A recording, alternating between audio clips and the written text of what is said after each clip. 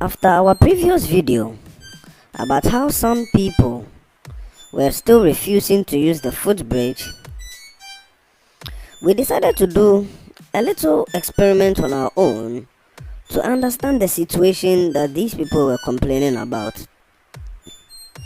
And after going through it and then doing a few measurements, we actually have to admit, honestly, we have to admit, the footbridge seems to be too long.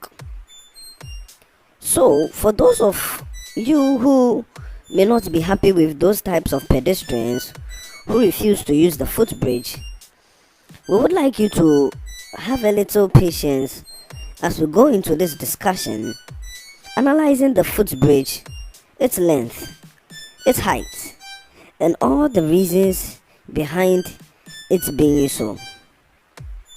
Now, when you are fortunate to use any of these footbridges, you would be able to find out that the footbridges are not just a straight slab of a bridge that you just climb immediately and cross to the other end. It is actually more than that. And for those of you who are in the city areas, and especially in those areas where the highways and the express types of roads are very dominant, you meet a lot of these footbridges. Now on your screens is one of the footbridges on the Medina to Adenta road. This one specifically is at Zongo Junction. Now when you look at this footbridge, we have to admit it is very long.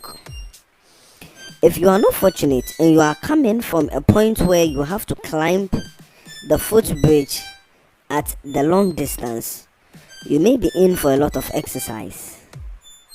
When you observe the footbridge, you will notice that apart from the bridge itself, which helps you to cross from one end to another, there are legs and steps to which the footbridge is connected to. And these steps or legs help either motorcyclists, bicycles, wheelchairs, or people who use any type of mobile equipment that has wheels on them. It could even be a normal truck that someone wants to push. They are made in such a way that these types of wheel equipment or vehicles can be able to use them, so that somebody who has a wheelchair will not have to suffer about climbing the steps. So you will notice that these stairs or legs have been made smooth, whilst there are some that have been made to be like the normal steps. Now, if you are coming from the end where you have to use the smooth type of steps, the type that is for wheels and tires, you may be in for a very tedious walk. This is because they have not been actually proportionally made directly in angle to the main bridge, but they have been moved away from the bridge so far that it goes to the end of the next junction, and then from there it doesn't even descend immediately. It has now gone back. It has been made to go back to the same point where you should have been climbing from. So you will notice that before you get to the main bridge that crosses the road, you have to go further back away from the bridge to climb. And then before you climb up again to the main one that links to the straight bridge, the one that is above the road. When we say the straight bridge, we are referring to, the main road which the cars are on, the one that is above them, the one that when you are standing on it, you can immediately see cars below you. That is not just it. It is not just that bridge. It is how the legs are connected to the main bridge on top there.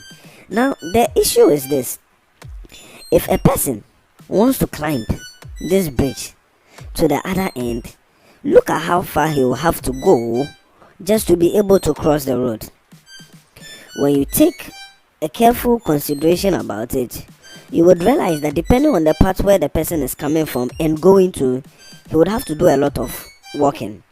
Even when you are fortunate to use the short place, the ones which have the normal steps which our legs can climb, even if you are fortunate to use that part which is shorter than the other legs, and you get to the bridge, there comes a point where you have to descend. Now, if you are descending to a part of the road where the steps are there again are short, then you wouldn't be too much of a it wouldn't be too much of a bother to you to climb down.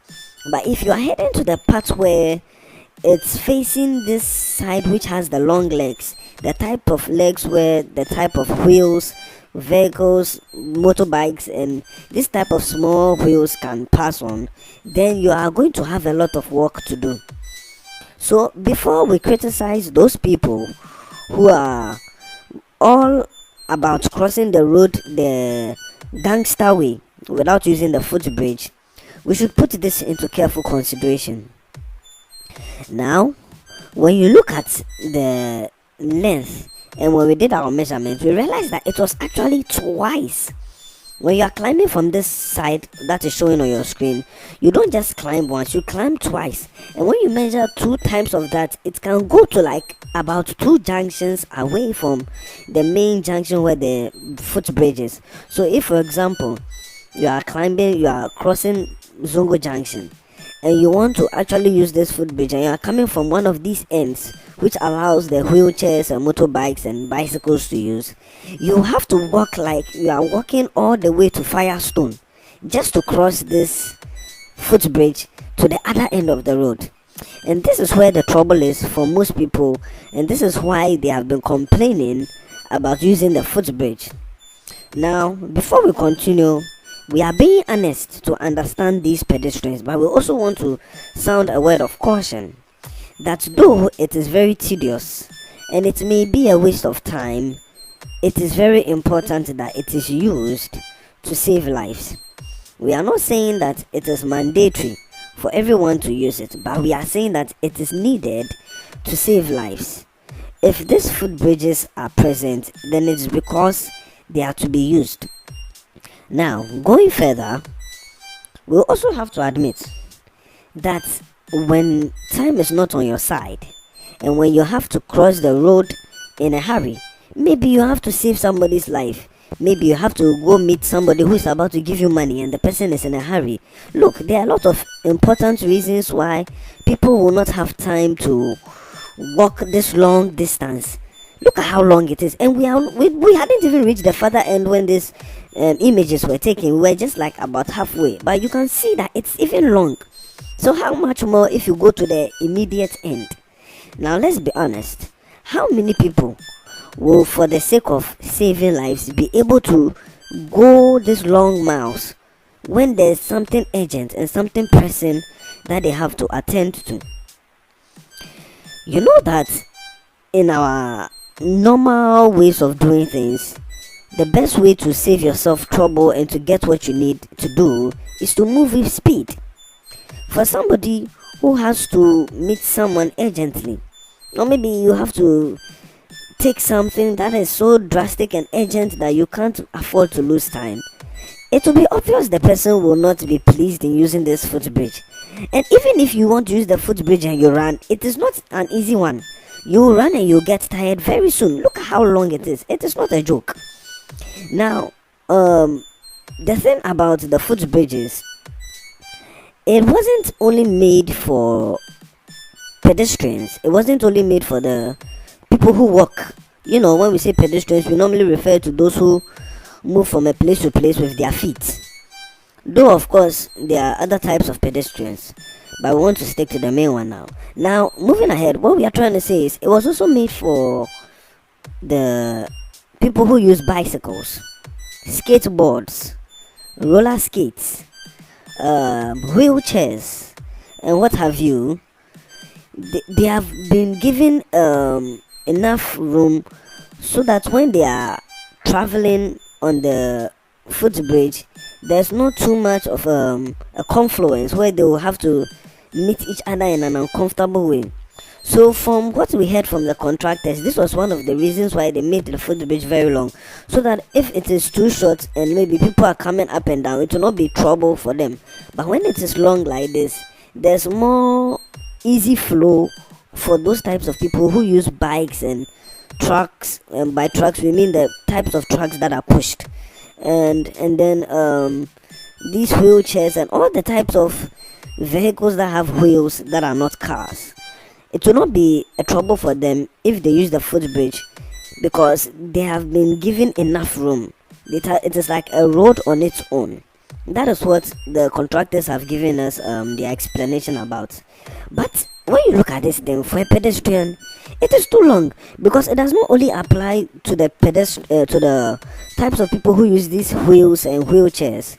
When you want to cross and you are just walking, if you are coming from the other end where the steps are, it won't be a problem. But if you are coming from this end, you see, people, it's not everybody who comes from one end. Remember that everybody's house is at a different place. So if you are coming from this end and you want to cross, you can't say you are going to go all the way back to where the steps are. Whatever happens, you will have to cross at this point. Now here's the problem. Crossing at this point means that you are crossing as a bicycle or as a motorbike.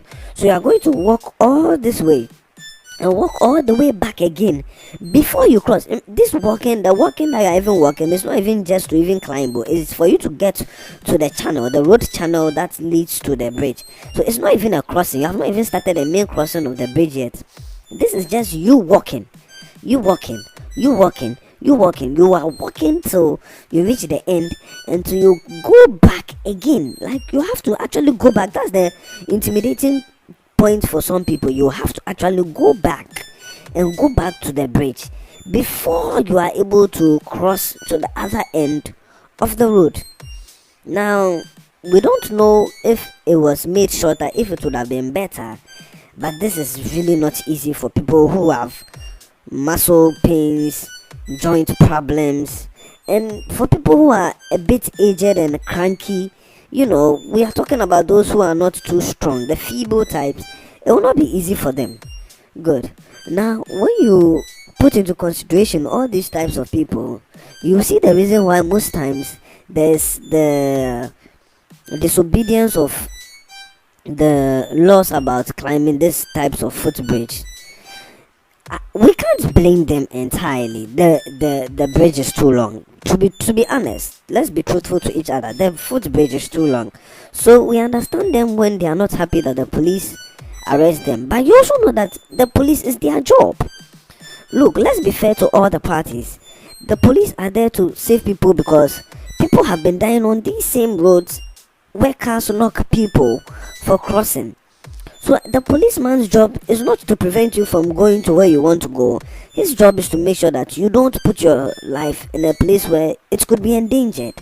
So now, because the policeman A has to make sure you don't die, and because the pedestrian B has to make sure he or she doesn't get late, this trouble arises, and then the two of them have a very serious disagreement. The pedestrian will not be happy, and the policeman will also not be happy, and he might try to arrest this type of pedestrian because he is only doing his job and following the law. So is that something that could be done to make the footbridge better to climb for those who are coming from the long end side? Is there something that could be done for the footbridge to be much easier to cross for the aged, for those who are weak, and for those who may not have enough time to cross it? For now, I don't think so. If there was some form of a lift, then maybe, but I don't think it can fit into this type of footbridge. So that means until this type of issue is looked at from both points, there's still going to be problems between policemen and certain pedestrians who want to cross the footbridge. Now, take note, you cannot blame the contractors. They just did it according to what they felt was the best for all the users. Remember, the road users are not only those who walk. There are people who use bicycles. There are people who use motorbikes. And you cannot say those people should be forced to use the steps, because you know that there are wheels, and the wheels cannot move on these steps easily. So we can't blame the policeman, we can't blame the contractor, and we cannot blame the pedestrian either. I don't know what you think, but we feel this is one of those situations where there's always going to be a disagreement one way or the other if all these three parties are not agreeing on the way to go. You can leave your comments in the comment section below to give us your own view of whether the footbridge should be allowed to be used, whether people should continue crossing the road anyhow, or whatever you feel is the best way to go. Thank you for listening and have a nice day.